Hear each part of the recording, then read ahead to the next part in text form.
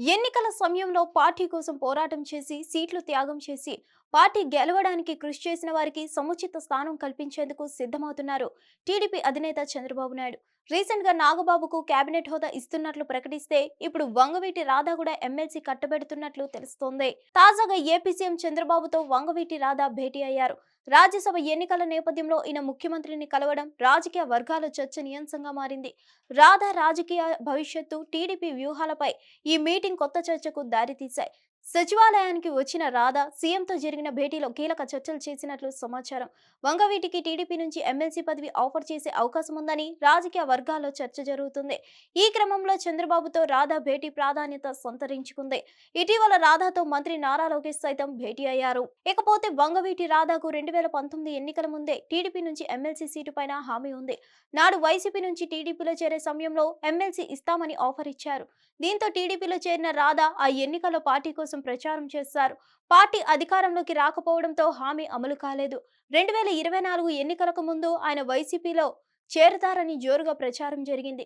కానీ అలాంటిది ఏమీ జరగలేదు. కోరుకున్న నియోజకవర్గం నుంచి ఎమ్మెల్యే సీటు వస్తుందని నిరాశ ఎదురైంది. అయినా కూడా కూటమికి మద్దతుగా రాధా ప్రచారంలో పాల్గొన్నారు. ఇక ఇప్పుడు చంద్రబాబుతో సమావేశంలో ప్రస్తుతం ఖాళీ అవుతున్న మండలి స్థానాల్లో ఒకటి రాధాకు ఇచ్చేలా హామీ లభించినట్లు తెలుస్తోంది. దీంతో త్వరలో భర్తీ అయ్యే సీట్లలో రాధాకు అవకాశం ఖాయంగా కనిపిస్తుంది. అదలా ఉండగా సామాజిక న్యాయం పేరుతో నాగబాబు లాంటి వారికి పదవి కట్టబెట్టడం కరెక్ట్ నిర్ణయం కాదని సోషల్ మీడియాలో అసంతృప్తిని వ్యక్తం చేస్తున్నారు టీడీపీ నాయకులు. ఆయన్ని మంత్రి మండలిలోకి తీసుకుంటే ఇకపై పార్టీ కోసం పోరాటం చేయబోమని తెగేసి చెప్తున్నారు. మంత్రి పదవికి అర్హులైన ఎంతో మందిని వదిలేసి అసలు ఎమ్మెల్యే కూడా కాని వ్యక్తిని నెత్తిన పెట్టుకోవడం ఏంటని వారి ప్రశ్న. కేబినెట్ అంటే జబర్దస్త్ షో అనుకుంటున్నారా అంటూ సెటైర్లు వేస్తున్నారు. ఇలాంటి విమర్శలు చంద్రబాబునే కాదు, పవన్ కళ్యాణ్ పై కూడా జన సైనికులు మండిపడుతున్నారు. వారసత్వ రాజకీయాలకు దూరం అంటూనే టీడీపీ వైసీపీ సరసన చేరిపోతున్నామని ఆవేదన వ్యక్తం చేస్తున్నారు. కష్టాల్లో ఉన్నప్పుడు పార్టీని వీడకుండా వైసీపీ వేధింపులను తట్టుకొని నిలబడిన వారు చాలా మంది ఉన్నారని గుర్తు చేస్తున్నారు పవన్ అభిమానులు.